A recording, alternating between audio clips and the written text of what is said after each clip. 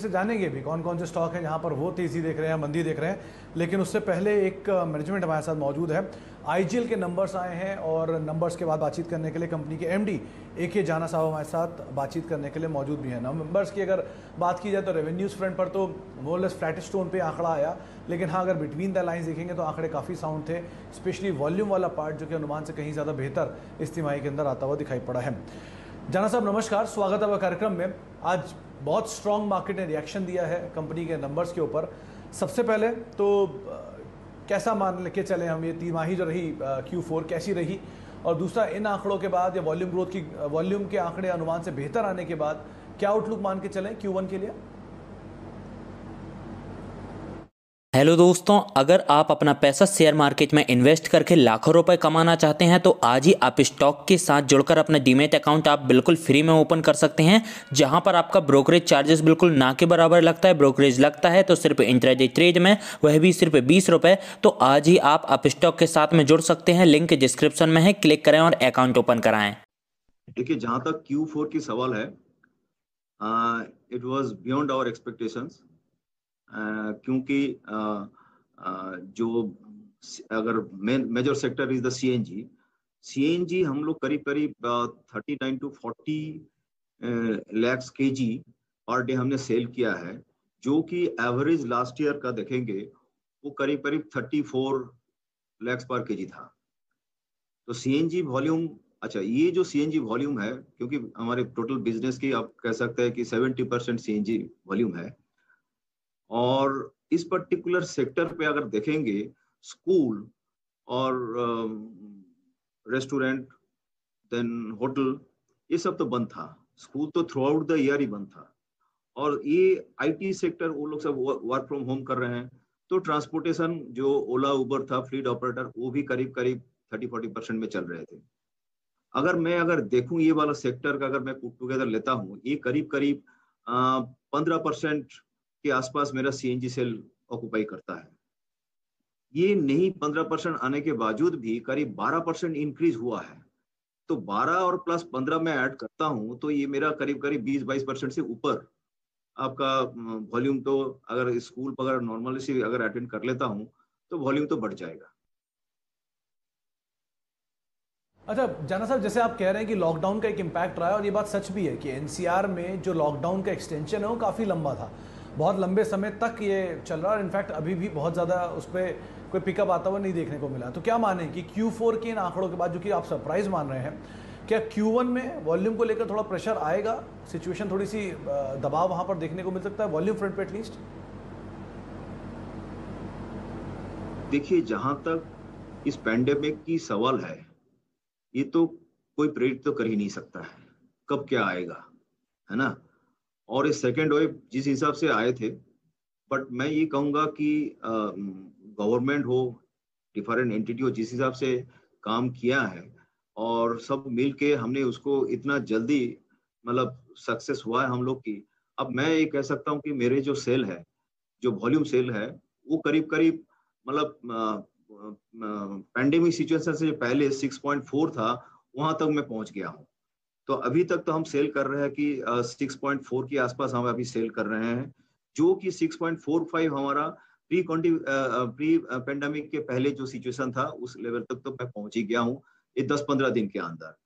जुलाई महीना में तो मेरा उम्मीद ये है कि अभी वो डेल्टा प्लस के बारे में जो बात चल रहा है, मतलब बेसिकली उसको अगर हम ये कहें कि इतना इम्पैक्ट नहीं होगा, तो मेरा तो उम्मीद है कि मैं 7 मिलियन तक पहुंचा दूंगा जुलाई एंड तक।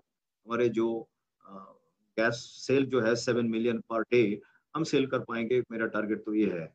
और जहां तक सवाल है कि अब मैंने और एक चीज देखा हूँ, दिल्ली में थोड़ा सा इम्पैक्ट ज्यादा हुआ है, बाकी मेरी GA में उतना इम्पैक्ट नहीं हुआ है, और वो करीब 90% लेवल, 80-90% लेवल में चला है।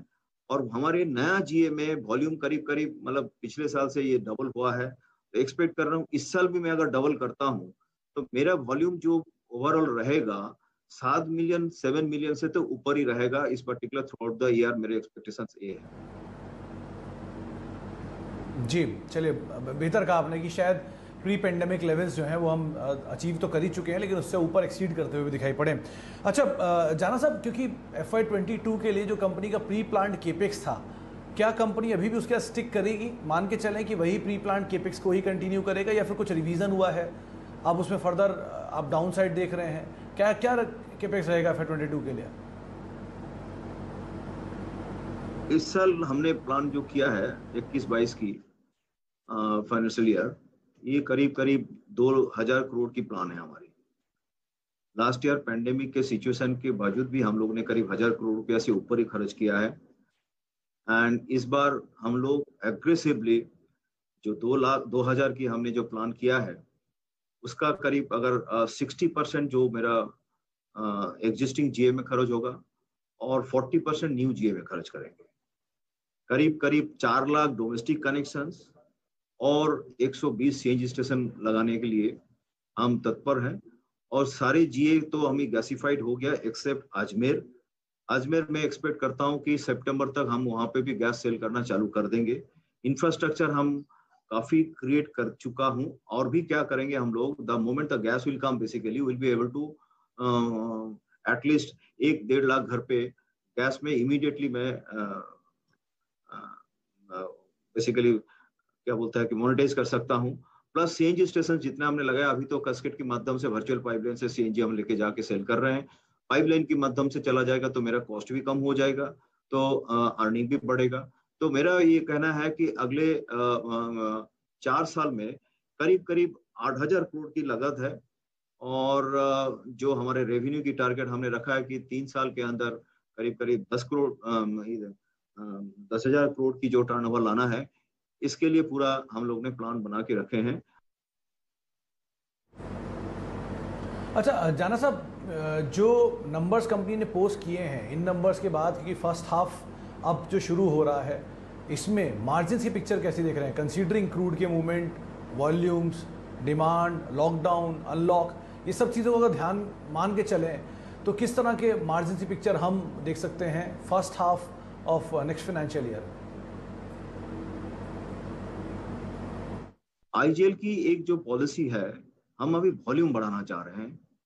प्राइस हम बैलेंसिंग करेंगे, डेफिनेटली मार्जिन हम बढ़ाएंगे, बट कितना बढ़ाना है जो कि हमारे बिजनेस ग्रोथ के लिए इम्पैक्ट ना करे, उस हिसाब से सोच के। क्योंकि देखिए एक गैस कॉस्ट तो फिक्स है और अक्टूबर में बढ़ेगा, बट आरएलएनजी प्राइस जैसे बढ़ रहा है कि उसके लिए तो एक इंडिपेंडेंट बिजनेस चल रहा है कि तो हम देखते हैं कहीं कहीं हम कोई भी लॉस में भी देना पड़ता है कि ऑल्टरनेट फ्यूल अगर इलेक्ट्रिसिटी में है तो उनकी प्राइस नहीं बढ़ रहा है, तो हमको उसमें बैलेंसिंग करना पड़ता है।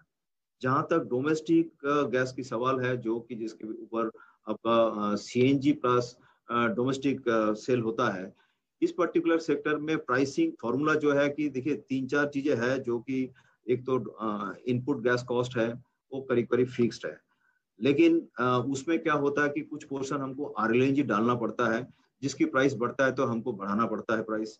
दूसरा पॉइंट है कि इन्वेस्टमेंट हम इतना कर रहे हैं तो इन्वेस्टमेंट की कॉस्ट जो है वो ऐड करना पड़ता है। Then marketing cost, then man अभी क्या हो रहा है कि आदमी को लाइन पे काफी खड़ा रहना पड़ता था, वो हम अभी अगर आदमी को मतलब क्यू कम करने के लिए जो नंबर ऑफ सीएनजी स्टेशन हम बढ़ा रहे हैं तो इन्वेस्टमेंट बढ़ रहा है, उसके लिए हो सकता है कुछ मार्जिन हमको बढ़ाना पड़े। तो मैं ये कहना चाहूंगा कि मार्जिन से बिजनेस नहीं करके वॉल्यूम से तो करूंगा, लेकिन अगर जरूरत पड़े तो प्राइस कुछ बढ़ाना है तो हम बढ़ाएंगे। तो ज़रूरत पड़ी तो प्राइस को बढ़ाएंगे, एक और अहम बयान, यानी कि अगर गोइंग फॉरवर्ड मार्जिन इंटैक्ट रखना है और अगर ज़रूरत पड़ी तो प्राइस को फर्दर बढ़ा सकती है कंपनी। बहुत बहुत शुक्रिया जाना साहब हमारे साथ मौजूद रहने के लिए, कंपनी के नंबर्स को लेकर, आउटलुक को लेकर बातचीत करने के लिए। शेयर में एक स्ट्रॉन्ग रिएक्शन है, 6% ऊपर आईजीएल का शेयर अभी कामकाज करते हुए। हाउस व्यूज़ भी पॉजिटिव थे, 650 के आसपास के कंसेंसस टारगेट्स यहाँ पर देखने को मिल रहे थे। चले लौटते हैं मार्केट्स के